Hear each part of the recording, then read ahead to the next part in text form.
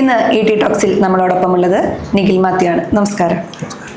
നമുക്കറിയാം മാർക്കറ്റിൽ ആയിരക്കണക്കിന് ഓഹരികളുണ്ട്. ഇതിനുള്ളിൽ നിന്ന് സിങ് ട്രേഡിന് അനുയോജ്യമായ 3-4 ഓഹരികൾ എങ്ങനെയാണ് തിരഞ്ഞെടുക്കുന്നത്? നമുക്ക് പ്രധാനമായിട്ടും രണ്ട് രീതിയിൽ പോവാം. ഒന്ന്, നിലവിൽ ഏറ്റവും നന്നായി മൂവ് ചെയ്യുന്ന സെക്ടറുകളോ ഇൻഡസ്ട്രികളോ മനസ്സിലാക്കി ആ ഒരു സെക്ടറിന് ഇൻഡസ്ട്രിക്ക് സ്ട്രെങ്ത് ഉണ്ടെന്ന് മനസ്സിലാക്കി അതിൽ നിന്ന് സ്റ്റോക്ക് സെലക്ട് ചെയ്യുക. അല്ലെങ്കിൽ ഇപ്പം നമ്മളിപ്പോൾ ഒരു ക്വാർട്ടർലി റിസൾട്ട് വരുന്ന സമയമാണെങ്കിൽ ചില കമ്പനികൾ വളരെ സർപ്രൈസിങ് ആയിട്ടുള്ള ഏണിങ്സ് തരുമ്പോൾ സ്റ്റോക്കുകൾ കണ്ടിന്യൂസ് ഒരു റാലി തരാറുണ്ട് ആ ഒരു ഏണിങ്സിനെ ബേസ് ചെയ്ത്. അപ്പം പലപ്പോഴും അത്തരത്തിലുള്ള റിസൾട്ടുകൾ ഒരു ക്വാർട്ടറിൽ നിന്ന് അടുത്ത ക്വാർട്ടർ വരെ അതിൻ്റെ ആ ഒരു മൂവ്മെൻറ്റ്സ് സംഭവിക്കാറുണ്ട്. അപ്പം നല്ല ഏണിങ്സ് തന്ന സ്റ്റോക്കുകൾ വാച്ച് ലിസ്റ്റിൽ ഉൾപ്പെടുത്തി അതിനുള്ളിൽ ഒരു പുൾ ബാക്കോ അല്ലെങ്കിൽ ഒരു ബ്രേക്ക് ഔട്ട് സ്ട്രക്ചറുകളോ ഫോം ചെയ്യുമ്പോൾ നമുക്ക് എൻട്രി എടുക്കാം. അതുപോലെ നിഫ്റ്റി ഓൾ ടൈം ഹൈയിൽ നിൽക്കുമ്പോഴാണ്, അതുപോലെ വിപണി ഒരു സൈഡിലേക്ക്, മാർക്കറ്റ് വൈസ് ഒരു സൈഡിലേക്ക് പോകുന്ന സമയത്തും എങ്ങനെയാണ് സ്റ്റോക്കുകൾ തിരഞ്ഞെടുക്കുന്നത്? എന്തെങ്കിലും പ്രത്യേക സ്ട്രാറ്റജീസ് കൊണ്ടുവരാറുണ്ടോ? ഇല്ല, നമ്മൾ മാർക്കറ്റ് ബുള്ളിഷ് ആണോ സൈഡ് വൈസ് ആണോ ബെയറിഷ് ആണോ ഈ 3 സിനാരിയോ എടുക്കും. ബുള്ളിഷ് ആണ് എന്നുണ്ടെങ്കിൽ ഞാൻ ഈ നേരത്തെ പറഞ്ഞ പോലെ തന്നെ സ്ട്രോങ് ആയിട്ടുള്ള ഇൻഡസ്ട്രീസ് ഇല്ലെങ്കിൽ സെക്ടറുകളിൽ നിന്ന് തന്നെയായിരിക്കും സ്റ്റോക്കുകൾ സെലക്ട് ചെയ്യുക. Market side vice or bearish സിറ്റുവേഷനിൽ നമ്മൾ പരമാവധി സ്വിംഗ് ട്രേഡിങ്ങിൽ നിന്ന് മാറി നിൽക്കാൻ വേണ്ടിയിട്ടായിരിക്കും ശ്രമിക്കുന്നത്. ബ്രേക്ക് ഔട്ട് നോക്കി സ്റ്റോക്ക് എടുക്കുന്നതാണ് എപ്പോഴും നല്ലത്? ഇല്ല, സിറ്റുവേഷൻ ബേസ് ചെയ്തിട്ടാണ്. ഇപ്പോൾ ഒരു സ്റ്റോക്ക് ഓൾറെഡി റാലി ചെയ്തു, ഒരു വലിയൊരു റാലിക്ക് ശേഷമാണ് ബ്രേക്ക് ഔട്ട് സംഭവിക്കുന്നത് എന്നുണ്ടെങ്കിൽ ചിലപ്പോൾ അത് ഫെയിൽ ആകാനുള്ള സാധ്യതയുണ്ട്. ഓക്കെ, പക്ഷേ അത്തരം ഓൾറെഡി റാലി ചെയ്ത സ്റ്റോക്കുകളാണെങ്കിൽ നമ്മളൊരു പുൾ ബാക്കിന് വേണ്ടി വെയിറ്റ് ചെയ്യും. പക്ഷെ അങ്ങനെയല്ല, റാലി നടന്നില്ല, കഴിഞ്ഞ കുറേ നാളുകളായിട്ട് കൺസോൾട്ടേഷനിലായിരുന്നു ആ സ്റ്റോക്ക് ഉണ്ടായിരുന്നത്, പുതിയൊരു ലെഗ് അല്ലെങ്കിൽ ഒരു പുതിയ മൂവ്മെന്റ് സ്റ്റാർട്ട് ചെയ്യാൻ പോവുകയാണ് എന്നുണ്ടെങ്കിൽ നമ്മൾ അതിൻ്റെ ബ്രേക്ക് ഔട്ടിലായിരിക്കും ട്രേഡ് കൺസിഡർ ചെയ്യുക. പലപ്പോഴും ബ്രേക്ക് ഔട്ട് കണ്ട് സ്റ്റോക്ക് എടുക്കുമ്പോൾ അതിനുശേഷം അത് ഇടിഞ്ഞ് താഴേക്ക് വരുന്ന ഒരു സാഹചര്യം ഉണ്ടാവാറുണ്ടല്ലോ. അതിനെ എങ്ങനെയാണ് മറികടക്കാൻ വേണ്ടിയിട്ട് സാധിക്കുക?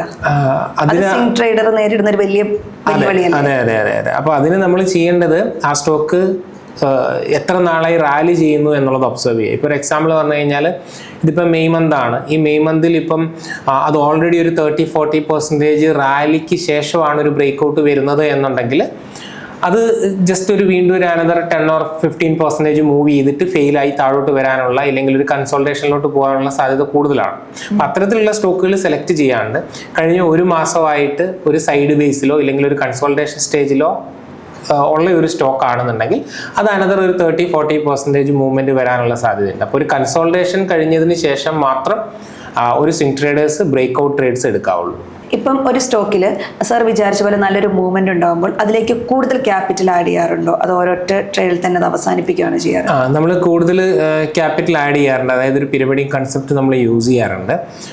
പക്ഷെ ആ ഒരു സ്റ്റോക്ക് മൂവ് ചെയ്യുന്നതിനെ ബേസ് ചെയ്തല്ല. ഇപ്പോൾ സപ്പോസ് ഒരു സ്റ്റോക്കിന്റെ പ്രൈസ് 100 ആ ഒരു ലെവലിൽ എനിക്കൊരു ബ്രേക്ക് ഔട്ട് കിട്ടി, ഞാൻ അതിൽ ട്രേഡ് എടുത്തു, അത് ഒരു 120-125 വരെയോ മൂവ് ചെയ്തതിന് ശേഷം അവിടെ എൻ്റെ സ്ട്രാറ്റജി പ്രകാരം, എൻ്റെ ട്രേഡ് സെറ്റപ്പ് പ്രകാരം എഗെയിൻ ആ ഒരു 125-130 115 ലെവലിലോ ഒരു എൻട്രി ക്രൈറ്റീരിയ മീറ്റ് ചെയ്യുകയാണെന്നുണ്ടെങ്കിൽ അവിടെ ഒരു പുതിയ ട്രേഡായി കൺസെപ്റ്റ് ചെയ്തുകൊണ്ട് വീണ്ടും അവിടെ ഒരു ട്രേഡ് കൂടെ എടുക്കും. സോ ഓൾറെഡി എൻ്റെ 100 എടുത്ത ട്രേഡ് അവിടെ ഉണ്ട്, 115 വീണ്ടും അതേ സ്റ്റോക്കിൽ തന്നെ രണ്ടാമത്തെ ട്രേഡ് വരും. അങ്ങനെ അതിനെ നമ്മൾ പിരമിഡ് ചെയ്ത് കൊണ്ടുപോകാറുണ്ട്. പക്ഷെ അത് 115-120 വരെയോ മൂവ് ചെയ്തത് കൊണ്ടല്ല, അവിടെ എൻ്റെ സെയിം എൻട്രി റൂള് മീറ്റ് ചെയ്യുന്ന രീതിയിൽ ഒരു പ്രൈസ് ആക്ഷനോ പ്രൈസ് സ്ട്രക്ചറോ ഫോം ചെയ്യുന്നത് കൊണ്ടാണ് നമ്മൾ കൺസിഡർ ചെയ്യുന്നത്. റിപ്പോർട്ട് വരാനിരിക്കുന്ന സ്റ്റോക്കുകളിൽ സ്വിംഗ് ട്രേഡിംഗ് എടുക്കാറുണ്ടോ? അതോ ഇല്ല ഇല്ല, നമ്മളിപ്പോൾ ഒരു ഏണിങ്സ് വരാനിരിക്കുന്ന സ്റ്റോക്കുകൾ ഒരു 10-15 മുമ്പ്, ഒരു ദിവസങ്ങൾക്ക് മുമ്പൊക്കെ ആണെങ്കിൽ ട്രേഡ് കൺസിഡർ ചെയ്യാറുണ്ട്. പക്ഷേ ഏണിങ്സിൻ്റെ ഒരു 2 days മുമ്പ് നമ്മൾ നിർബന്ധമായിട്ടും അത്തരം സ്റ്റോക്കുകളിൽ നിന്ന് മാറി നിൽക്കും. അതിനുശേഷം അഗെയിൻ റിസൾട്ട് വന്നതിന് ശേഷം അതിനുള്ള ഒരു ഓപ്പർച്യൂണിറ്റി ഉണ്ടെങ്കിൽ മാത്രമേ ട്രേഡ്സ് എടുക്കുകയുള്ളൂ. അതുപോലെ സ്വിംഗ് ട്രേഡേഴ്സിന്റെ എപ്പോഴും ഉള്ള ഒരു ഡൗട്ട് എപ്പോൾ ലാഭം എടുക്കണം എന്നതായിരിക്കുമല്ലോ. അപ്പോൾ സാറ് കൃത്യമായിട്ടുള്ള ഒരു ക്രൈറ്റീരിയ സെറ്റ് ചെയ്ത് വെച്ചിട്ടുണ്ടോ? നമുക്കിപ്പോൾ 2 രീതിയിൽ ചെയ്യാം. ഒന്നെങ്കിൽ നമ്മളെടുത്ത റിസ്കിന് ന്യായമായിട്ടുള്ള ഒരു റിട്ടേൺ കിട്ടുമ്പോൾ നമുക്ക് പ്രോഫിറ്റ് ബുക്ക് ചെയ്ത് മാറാം. അല്ല എന്നുണ്ടെങ്കിൽ ആ ഒരു സ്റ്റോക്ക് വീക്ക് ആകുന്നത് വരെ അത് റൈഡ് ചെയ്യുക. അതായത് ഇപ്പം 100 രൂപയ്ക്ക് ഞാനൊരു സ്റ്റോക്ക് എൻട്രി എടുത്തു, എൻ്റെ സ്റ്റോപ്പ് ലോസ് 95 ആണെന്നുണ്ടെങ്കിൽ ഒരു 115, അതായത് 1:3 ഞാനെടുത്ത റിസ്കിന് 3 ഇരട്ടി ലാഭം കിട്ടുമ്പോൾ എനിക്ക് വിറ്റ് മാറാം 115 വരുമ്പോൾ. അത് ഒരു രീതി. രണ്ടാമത്തെ രീതി, നമുക്ക് വേണമെന്നുണ്ടെങ്കിൽ അതിൻ്റെ ഒരു ഷോർട്ട് ടൈം മൂവിങ് ആവറേജ് ആയിട്ടുള്ള 20 മൂവിങ് ആവറേജോ അല്ലെങ്കിൽ 50 മൂവിങ് ആവറേജോ ഇട്ടിട്ട് അതിനെ റൈഡ് ചെയ്യാം. അങ്ങനെ ചെയ്യുമ്പോൾ നമുക്ക് ചിലപ്പോൾ ആ സ്റ്റോക്ക് 150 വരെയോ 170 വരെയൊക്കെ നമുക്ക് റൈഡ് ചെയ്യാനും ഒരു സിംഗിൾ സ്റ്റോക്കിൽ ഹ്യൂജ് പ്രോഫിറ്റ് എടുക്കാൻ വേണ്ടിയിട്ടും സാധിക്കും. അപ്പോൾ ഈ രണ്ട് മെത്തേഡാണ് ഞാൻ പേഴ്സണലി യൂസ് ചെയ്യുന്നത്. ഫിക്സ്ഡ് റിസ്ക് റിവാർഡ് കിട്ടിക്കഴിയുമ്പോൾ എക്സിറ്റ് ചെയ്യുന്ന രീതിയാണ് ഞാൻ ചെയ്യുന്നത്. നമ്മൾ വിചാരിച്ച ലാഭത്തിലേക്ക് എത്തുന്നതിന് മുൻപ് തന്നെ മാർക്കറ്റ് റിവേഴ്സ് വരാൻ തുടങ്ങിയിട്ടുണ്ടെങ്കിൽ പ്രോഫിറ്റ് ബുക്ക് ചെയ്യണോ അതോ നമ്മൾ കാത്തിരിക്കണോ?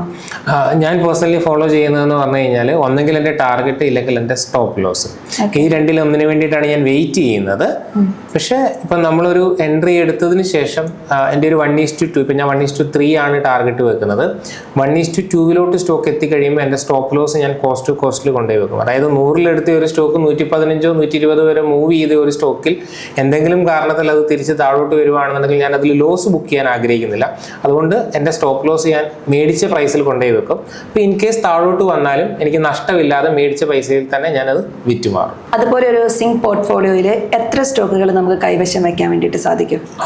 നോർമലി മാക്സിമം 10 സ്റ്റോക്കുകളാണ് ഞാൻ എടുക്കുക. അതായത് ഞാൻ എടുക്കുന്ന സ്റ്റോക്കിൽ ഒരു 10% എങ്കിലും അലോക്കേഷൻസ് പെർ സ്റ്റോക്സ് ഉണ്ടാവും.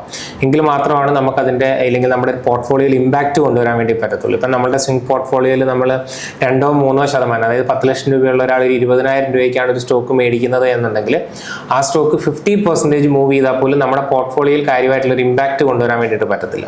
അപ്പം മിനിമം ഒരു 10% എങ്കിലും അലോക്കേഷൻസ് നമ്മൾ കൊടുക്കണം. അപ്പോൾ 10% അലോക്കേഷൻ നമ്മളൊരു സ്റ്റോക്കിൽ കൊടുക്കുകയാണെങ്കിൽ നമുക്ക് മാക്സിമം 10 സ്റ്റോക്ക് വരെയാണ് ഞാൻ ഹോൾഡ് ചെയ്യുന്നത്. അതും അത്രയും ബുള്ളിഷ് മാർക്കറ്റിൽ നമ്മൾ ഫുള്ളി ക്യാപിറ്റൽ ഇൻവെസ്റ്റ് ചെയ്യത്തുള്ളൂ. ഒരു സൈഡ് വേസ് ഇപ്പോഴത്തെ പോലത്തെ ഒരു മാർക്കറ്റ് കണ്ടീഷനൊക്കെ ആണെങ്കിൽ എപ്പോഴും എൻ്റെ ക്യാപിറ്റലിൻ്റെ ഒരു 50-60%, അതായത് ഒരു 5 to 6 സ്റ്റോക്സ് വരെ മാത്രമേ ഞാൻ ഹോൾഡ് ചെയ്യത്തുള്ളൂ എൻ്റെ പോർട്ട്ഫോളിയോയിൽ. ലൈവ് മാർക്കറ്റ് സമയത്താണോ ചാർട്ടുകൾ അനലൈസ് ചെയ്യുന്നത് അതോ മാർക്കറ്റ് ക്ലോസ് ആയതിനു ശേഷമാണോ ചാർട്ടുകൾ അനലൈസ് ചെയ്ത്? മാർക്കറ്റ് ക്ലോസ് ആയതിനു ശേഷമാണ്. 2 കാരണങ്ങളുണ്ട്. ഒന്ന്, സ്വിംഗ് ട്രേഡർ എന്നുള്ള രീതിക്ക് എനിക്ക് മാർക്കറ്റ് കഴിഞ്ഞതിന് ശേഷം മാത്രം ഒരു സമയം സ്പെൻഡ് ചെയ്യേണ്ടതായിട്ടുള്ള ആവശ്യമേ വരുന്നുള്ളൂ. അന്ന് നമ്മൾ ചാർട്ടുകൾ മുഴുവൻ പരിശോധിക്കുന്നു, സ്ട്രോങ് ആയിട്ടുള്ള സ്റ്റോക്കുകൾ ഒരു വാച്ച് ലിസ്റ്റ് ക്രിയേറ്റ് ചെയ്യുന്നു, ബ്രേക്ക് ഔട്ട് വരാൻ സാധ്യതയുള്ള സ്റ്റോക്കുകൾ വാച്ച് ലിസ്റ്റ് ക്രിയേറ്റ് ചെയ്യുന്നു, പുൾ ബാക്ക് വരാൻ സാധ്യതയുള്ള സ്റ്റോക്കുകൾ വാച്ച് ലിസ്റ്റ് ക്രിയേറ്റ് ചെയ്യുന്നു. അതിൽ നിന്ന് വീണ്ടും നമ്മൾ നാളെ എൻട്രി എടുക്കാൻ പറ്റുന്ന രീതിയിൽ എന്തെങ്കിലും ഉണ്ടോ എന്നുള്ളത് ഷോർട്ട് ലിസ്റ്റ് ചെയ്യുന്നു. അതിനെ എൻട്രിക്കുള്ള അല്ലെങ്കിൽ പ്രിയോറിറ്റി സ്റ്റോക്ക് എന്ന് പറഞ്ഞിട്ട് ഒരു ലിസ്റ്റ് ഉണ്ടാക്കി അതിൽ കീപ്പ് ചെയ്യുന്നു. അതിൽ നെക്സ്റ്റ് ഡേ നമ്മൾ എൻട്രി എടുക്കുന്നു. അപ്പം ഒന്ന്, നമുക്ക് സമയം എൻഡ് ഓഫ് ദി ഡേ മതി എന്നുള്ളതാണ് സ്വിംഗ് ട്രേഡിങ്ങിൽ അല്ലെങ്കിൽ അങ്ങനെ ചെയ്യുന്നതിൻ്റെ ഒരു ബെനിഫിറ്റ്സ്. രണ്ടാമത്, പലപ്പോഴും നമ്മൾ ലൈവ് മാർക്കറ്റിൽ സ്റ്റോക്ക് സെലക്ഷൻ നടത്തിയിട്ടുണ്ടെങ്കിൽ സ്റ്റോക്കുകൾ സഡൻ ആയിട്ട് മൂവ് ചെയ്യുന്നത് കണ്ട് നമ്മൾ ഇമോഷണലി പലപ്പോഴും ട്രേഡ് എടുക്കാനുള്ള സാധ്യതയുണ്ട്. ചിലപ്പം ടെക്നിക്കലി അതിനേക്കാൾ നല്ല ട്രേഡ് സെറ്റപ്പ് നമ്മൾ മുൻപോട്ട് വീണ്ടും നോക്കുമ്പോൾ കിട്ടുമായിരിക്കും. പക്ഷെ നമ്മൾ നിലവിൽ നോക്കിക്കൊണ്ടിരിക്കുമ്പോൾ ഒരു സ്റ്റോക്കിൻ്റെ മൂവ്മെൻറ്റ് കാണുമ്പോൾ നമുക്കൊരു ഓവർ കോൺഫിഡൻസ് വരികയും അതിൻ്റെ ഉള്ളിൽ ട്രേഡ് എടുക്കുകയും എൻഡ് ഓഫ് ദി ഡേ ആകുമ്പോഴത്തേക്ക് അതൊരു ഫെയിൽ ആകുന്ന ഒരു സിറ്റുവേഷൻസ് എനിക്ക് പലപ്പോഴും വന്നിട്ടുണ്ട്. അതുകൊണ്ട് തന്നെ മാർക്കറ്റ് കഴിഞ്ഞതിന് ശേഷമാണ് ഞാൻ എൻ്റെ സ്റ്റോക്ക് സെലക്ഷൻ ഫോളോ ചെയ്യുന്നത്. നമ്മൾ ഇപ്പം ഗോൾഡിന് വില കൂടുന്ന ഒരു സാഹചര്യം കണ്ടല്ലോ. അപ്പൊ നമ്മൾ ആദ്യം പ്രതീക്ഷിച്ചുകൊണ്ടിരുന്നത് ഇനി വലിയൊരു രീതിയിൽ ഗോൾഡിൽ ഒരു പ്രൈസ് ഹൈക്ക് ഉണ്ടാവില്ല എന്നായിരുന്നു. എന്തുകൊണ്ടാണ് ഇപ്പോൾ വേഗം ഒരു ഗോൾഡിൽ ഹൈക്ക് വന്നത്? ഇനിയും ഗോൾഡിൽ പ്രൈസ് കൂടാനുള്ള സാധ്യതയുണ്ടോ? ഇല്ല, അന്ന് വന്നത് നമുക്കൊരു താൽക്കാലികമായിട്ട് ആ ഒരു ഗവൺമെന്റിന്റെ സൈഡിൽ നിന്ന് ഡ്യൂട്ടി കൂട്ടുന്നതുമായി ബന്ധപ്പെട്ട ഒരു ന്യൂസ് വന്നതുകൊണ്ടാണ് ആ ഒരു ഹൈക്ക് വന്നത്. അതിനുശേഷം സ്റ്റിൽ അത് വീണ്ടും സൈഡ് വേസിലോട്ടാണ് പോയിക്കൊണ്ടിരിക്കുന്നത്. അപ്പം കഴിഞ്ഞ 1-2 വർഷത്തിൽ കണ്ട് അതേപോലെ ഒരു റാലി ഗോൾഡിൽ ഏതായാലും മുൻപോട്ട് കുറച്ച് നാളത്തേക്ക് എക്സ്പെക്ട് ചെയ്യുന്നില്ല. ടെക്നിക്കലി ആണ് ഞാൻ പറയുന്നത്. ഇനി എന്തെങ്കിലും അതിനേക്കാൾ അപ്പുറം എന്തെങ്കിലും സർപ്രൈസ് ചെയ്യുന്ന രീതിയിലുള്ള ഒരു ന്യൂസ് വന്നെങ്കിൽ മാത്രമാണ് ഗോൾഡിൽ ഒരു റാലി വരാനുള്ള സാധ്യത. അല്ലെങ്കിൽ ഇപ്പം നമ്മൾ ലാസ്റ്റ് 2 ഇയറിൽ നമുക്ക് 100%-ലധികം റാലി തന്നു ഗോൾഡ്. അപ്പോൾ അത് കൺസിസ്റ്റൻ്റ് ആയിട്ട് അങ്ങനെ റാലി ചെയ്തുകൊണ്ട് പോകുക എന്ന് പറയുന്നത് ഒരു ഇൻസ്ട്രുമെന്റിനെ സംബന്ധിച്ചിടത്തോളം അല്ലെങ്കിൽ ഒരു കമ്മോഡിറ്റി ആയിക്കോട്ടെ ഒരു ഇൻഡെക്സ് ആയിക്കോട്ടെ ഏതിനെ സംബന്ധിച്ചിടത്തോളം പോസിബിൾ ആയിട്ടുള്ളൊരു കാര്യമല്ല. അതുകൊണ്ട് തന്നെ വരുന്ന നാളുകളിൽ വീണ്ടും ഗോൾഡ് സൈഡ് വേസിലോട്ട് പോകാനാണ് സാധ്യത കൂടുതൽ.